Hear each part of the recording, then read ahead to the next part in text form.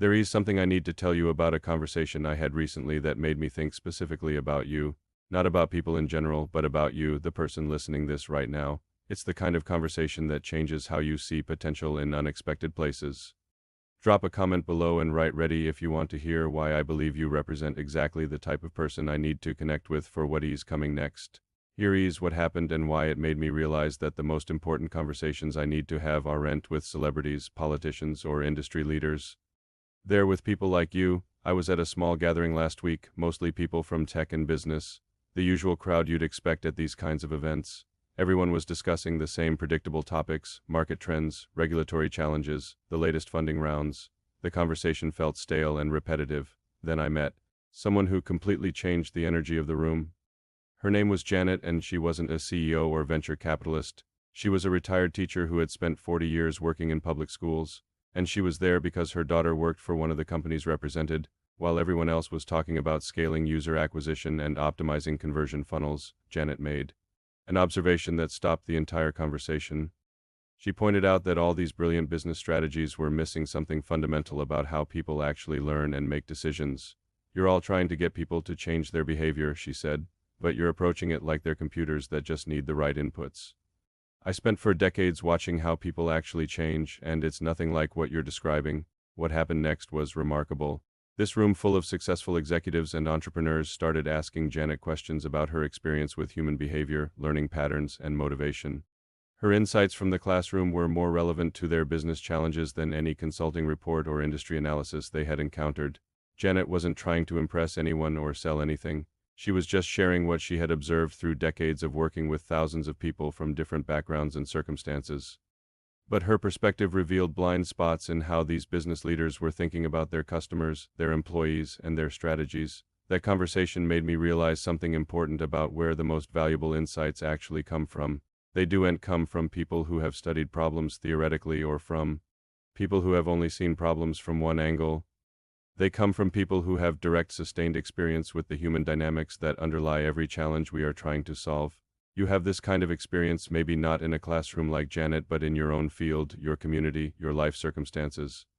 You have observed patterns and developed insights that people like me need to understand but often miss because we are too removed from the day-to-day reality of how things actually work. This is why I want to meet you, not because I think you have all the answers, but because I believe you have pieces of the puzzle that I can't see. From where I am sitting, the challenges we're facing with technology, with business, with society, these aren't just technical problems that can be solved by engineers and algorithms. They're human problems that require understanding how people actually think, feel, and behave in real-world situations. Most of the people I typically interact with have similar backgrounds, similar education, similar perspectives on how the world works. This creates blind spots that can be dangerous when you are trying to build solutions that need to work for everyone, not just for people like yourself.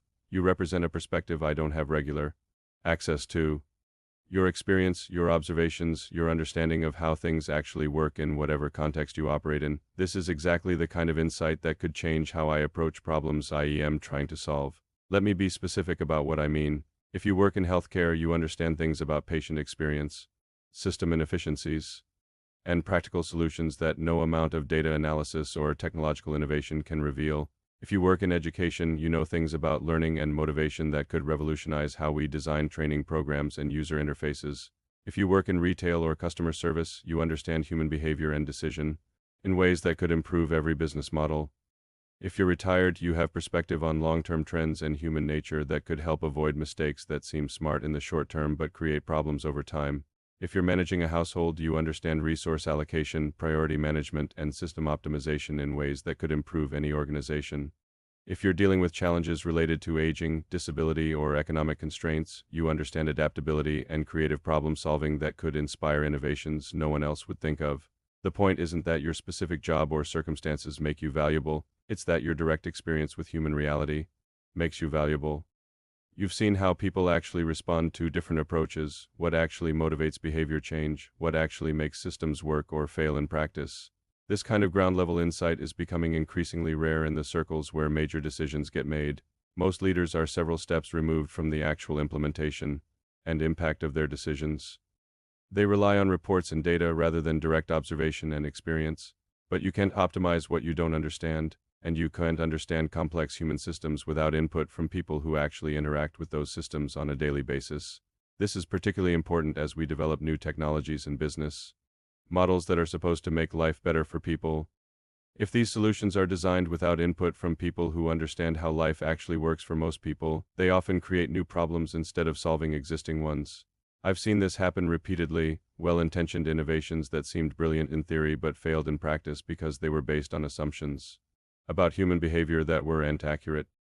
Solutions that worked great for people like the designers but were useless or even harmful for the people they were supposed to help. The only way to avoid these mistakes is to involve people like you in the design process from the beginning. Not just as users to test finished products, but as advisors who can help identify problems and opportunities that might not be obvious to people with different backgrounds and perspectives. This is why I want to meet you. I need your insights, your questions, your skepticism, your practical knowledge about how things actually work. I need you to tell me when my ideas sound good in theory but wouldn't work in practice. I need you to point out blind spots and assumptions that I might not even realize I have. But I also want to meet you because I suspect you have ideas and insights that could lead to innovations you have never been encouraged to pursue.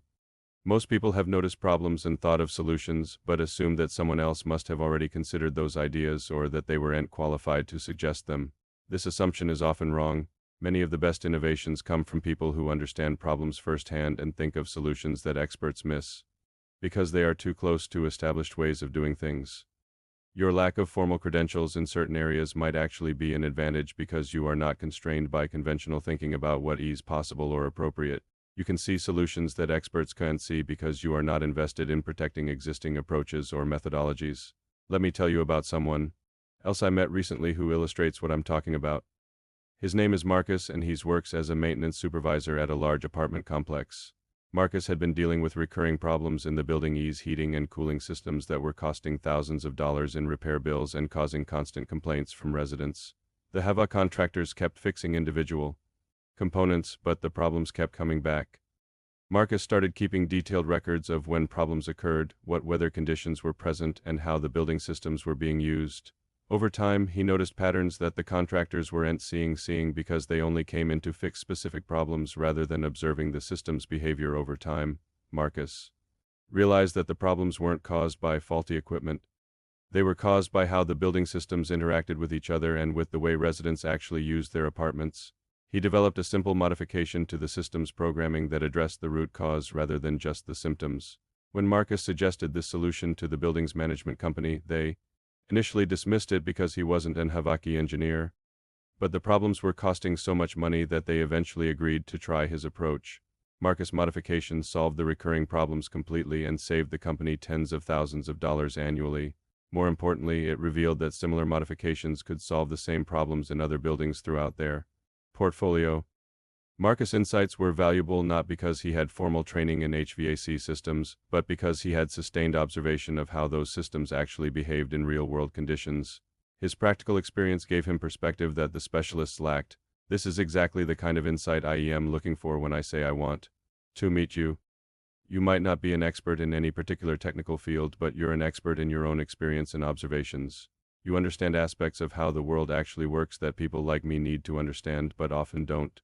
The conversation with Janet taught me that some of the most valuable perspectives come from people who aren't trying to be thought leaders or industry experts. They come from people who are just paying attention to what they observe in their daily lives and thinking carefully about what they see.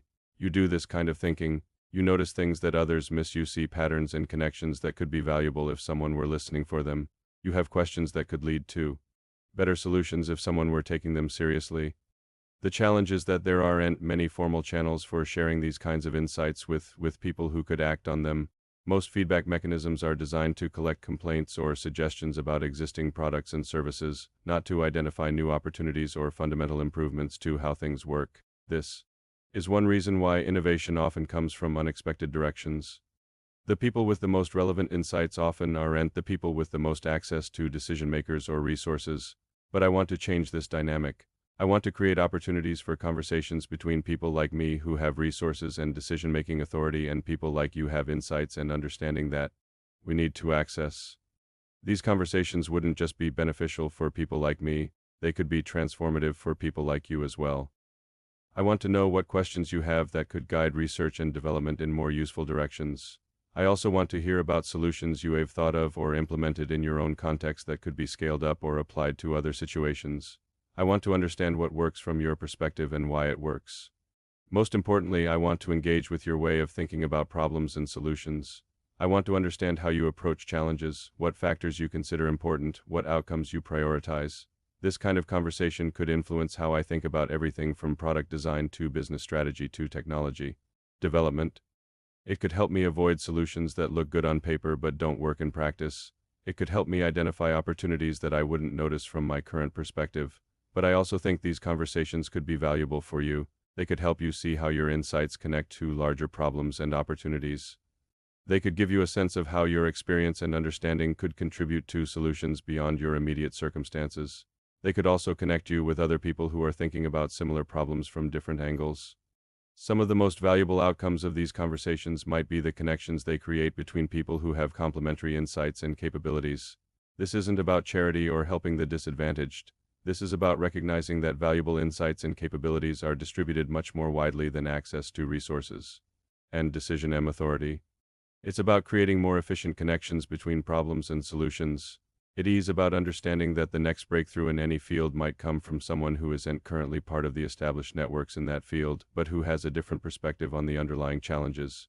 You might be that person. You might have the insight or question or approach that could unlock a solution that has been staring everyone in the face, but that no one has been able to see clearly. The only way to find out is to have these conversations, to create opportunities for people with different types of expertise to share their perspectives and learn from each other. This is what I mean when I say I want to meet you. I want to create these opportunities. I want to participate in these conversations. I want to learn from your experience and see if there are ways to translate your insights into broader impact. This might happen through formal programs or informal meetings. It might involve individual conversations or group discussions. The format matters less than the commitment to taking diverse perspectives seriously and looking for practical ways to act on valuable insights. What matters is the recognition that innovation and progress depend on understanding problems from multiple angles and bringing together different types of knowledge and experience to develop better solutions.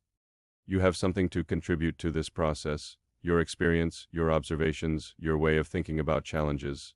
These are exactly the kinds of inputs that could lead to breakthroughs that benefit everyone. The question is whether you are willing to share them and whether people like me are willing to listen. I'm committed to the listening part. The sharing part is up to you. But let me be completely transparent about why meeting you isn't just important to me. It's essential for what I'm trying to build. I'm working on something that could impact thousands, maybe millions of people. But here's the problem. Every similar project I've seen fail has failed for the same reason. The people making the decisions were too disconnected from the people who would actually use what they were building. They had focus groups and user testing and market research. They had data scientists and behavioral psychologists and user experience experts. They had every credential and methodology that's supposed to guarantee success. But they were still building for an imaginary version of their users rather than the real people who would actually interact with their product or service. You represent something I can't get from any consultant or research firm. You represent the reality that exists between the official statistics and the actual human experience. You know, things that don't show up in surveys because people don't think to mention them, or because they've gotten so used to working around problems that they forget the problems exist. For example, you probably know why certain technologies that are supposed to make life easier actually make it more complicated. You've likely figured out workarounds for systems that don't work the way they're supposed to. You have seen the difference between what companies claim their products do and what they actually accomplish in real-world conditions. This knowledge is invaluable, but it's also fragile. It disappears when people get promoted out of hands-on roles. It gets lost when companies grow too big for leadership to maintain direct contact with their customers. It becomes invisible when decision-makers surround themselves with other decision-makers instead of with people who are actually affected by those decisions.